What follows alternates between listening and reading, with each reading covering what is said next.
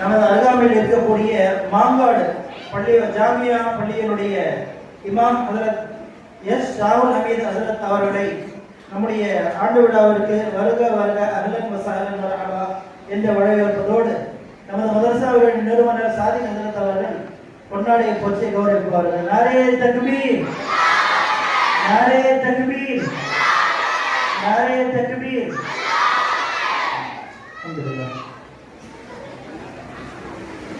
अस्सलामु अलैकुम व रहमतुल्लाहि व बरकातुहू। अल्हम्दुलिल्लाहि रब्बिल आलमीन वल आक़िबतु लिल मुत्तक़ीन वला उद्वाना इल्ला अलल ज़ालिमीन वस्सलातु वस्सलामु अला अशरफिल अंबिया'i वल मुरसलीन व अला आलिहि व सहबिहि अजमईन।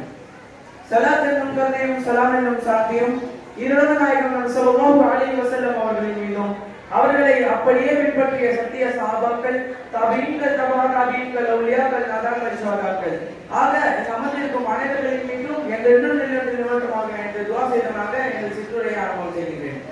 எனக்கு கொடுக்கப்பட்டுள்ள தலைப்பு நற்குணமே அதிக நன்மையை தரக்கூடியது. அன்பிற்கினிய அல்லாஹ்வின் நல்லடியார்களே, நமது உயிரினம் மேலான கண்மணி நாயகம் ஸல்லல்லாஹு அலைஹி வஸல்லம் அவர்கள் கூறினார்கள், மறுமை நாளில் மனிதர்களின் நன்மை தீமைகளை நிறுத்தப்படும். மீசான் என்னும் தராசில் அவனுடைய நற்குணமே அதிக நன்மையும் எடையும் தரக்கூடியது என்பதாகவும் கூறினார்கள். அன்பிற்கினிய அல்லாஹ்வின் நல்லடியார்களே, இவ்வுலகில் ஒரு மனிதன் எந்த நேரமும் மனத வழிபாடுகளில் ஈடுபடக்கூடியவராக இருந்து அவருடைய குணம் மிகவும் கெட்டதாக இருந்தால் அவர் நாளை மறுமையில் மிக பெரும் கை சேதம் அடைவார். உலகில் நாம் செய்த நல்ல அமல்களுக்கு நற்கூலியை தரக்கூடிய அதே நேரத்தில் இவருடைய கெட்ட குணத்தால் மனமுடைந்த நபர்கள் அல்லாஹ்விடம் இவரை பற்றி முறையிடுவார்கள். யா அல்லாஹ், இவருடைய சொல்லால் நான் பாதிக்கப்பட்டேன், யா அல்லாஹ் இவருடைய செயலால் நான் பாதிக்கப்பட்டேன். அன்றொரு நாள் இவன் என்னை கெட்ட வார்த்தைகளால் திட்டினான், மற்றொருவர் என்னிடம் இவன் இவ்வளவு ரூபாய் கடன் வாங்கினான், ஆனால் அதை திரும்ப தரவில்லை என பலரும் அல்லாஹ்விடம் முறையிடுவார்கள். அப்பொழுது அல்லாஹ் இவர் செய்த தீமைக்கு பகரமாக இவரது நன்மைகளை பிரித்து இவரால் பாதிக்கப்பட்ட அவர்களுக்கு கொடுப்பார். இப்பொழுது இவர் தன் வாழ்நாளை செய்த நன்மைகள் அனைத்தையும் இழந்து நாளை வறுமையில் தலை குனிந்து நின்று கொண்டிருப்பார்.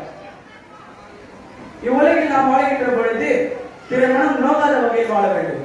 அப்படி வாழ்ந்தால்தான், அப்படி நடந்து கொண்டால்தான் நம் வாழ்க்கை நாளை மறுமையில் மிகப்பெரிய பாதுகாப்பையும் அல்லாஹ்வினுடைய திருப்தியை பெற்றுத் தரும். தன் வாழ்வில் மக்களுக்கு அதிகமாக தீயினை சேர்த்துக் கொண்டிருந்த ஒரு அரசன் ஒரு இறைநேசரிடம் சென்று தனக்கு உபதேசம் செய்யுமாறு கேட்டுக்கொண்டான்.